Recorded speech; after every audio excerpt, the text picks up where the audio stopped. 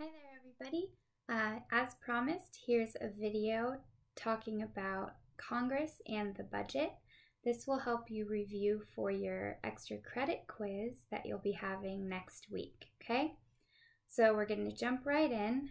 We first talked about Congress and how it was founded, and it was a compromise, the Great Compromise, as it's often called, and this created a two-house legislature. Now, those two houses are different. They have different names and different members and different responsibilities. So the lower house is known as the House of Representatives, and that has 435 members currently. And those members are elected from each state, and the number of members from each state is determined by the population, okay? That's known as apportionment. So each state is apportioned or given a certain number of members based on their population. However, the Senate has 100 members, and that is based on equal representation, 2 members from each state, okay? So that's just the basics of that.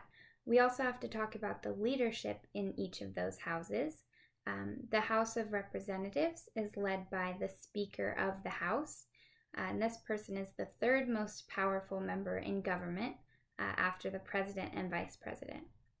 We also have in the Senate President, who is the Vice President, and that Vice President, as we know, is able to oversee the Senate and vote in the case of a tie. When it comes to the members being elected, and those who are already in Congress, we have 2 terms that we need to talk about. So those who are already in Congress are known as incumbents. And if they try to run again, they're already in Congress and they would be re-elected. There are also the people who haven't been elected and are competing against those incumbents, and those are known as the challengers. When it comes to getting actual work done in Congress, we have committees. These committees are dividing up the work that is done in both the House and the Senate. And there are 4 types of these committees. There are a lot more than 4 actual committees, but these are the 4 types. So first we have standing committees, and these committees work on specific policy areas. We have the select committees, and these are formed in the case of investigations. When investigations need to be made, these are created, they do their job, and then they are removed. We also have the joint committees, and these work on specific policy areas, but they're made up of members from both the House and the Senate. And then we have conference committees, and these conference committees work between the House and the Senate to make sure that any bills that are being passed are going to be approved, and they can kind of compromise to make that happen. Okay? Now we're going to talk about the budget a little bit. We looked at the budget in terms of, how does money go into the government and how does money come out? So money going into the government is known as revenue, and money coming out of the government, how they spend it, is known as expenditures.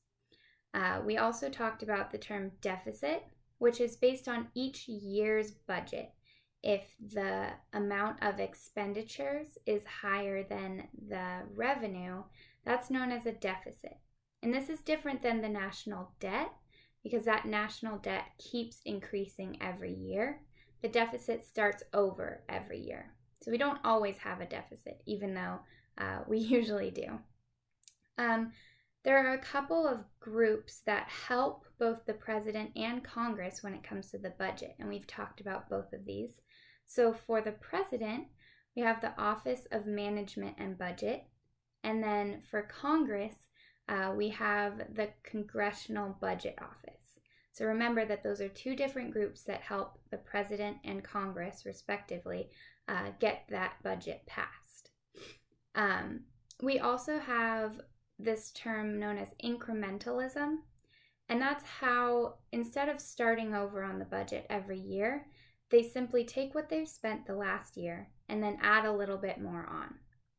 And we talked about all of the people and the different agendas and the different opinions that go into creating these budgets and, in general, passing any type of legislation. So just think about all of those different things that go into making the budget, making different policy. And that's all I have time for today, but I hope you learned something, or I hope you were able to review a little bit, and I hope you do well on your test.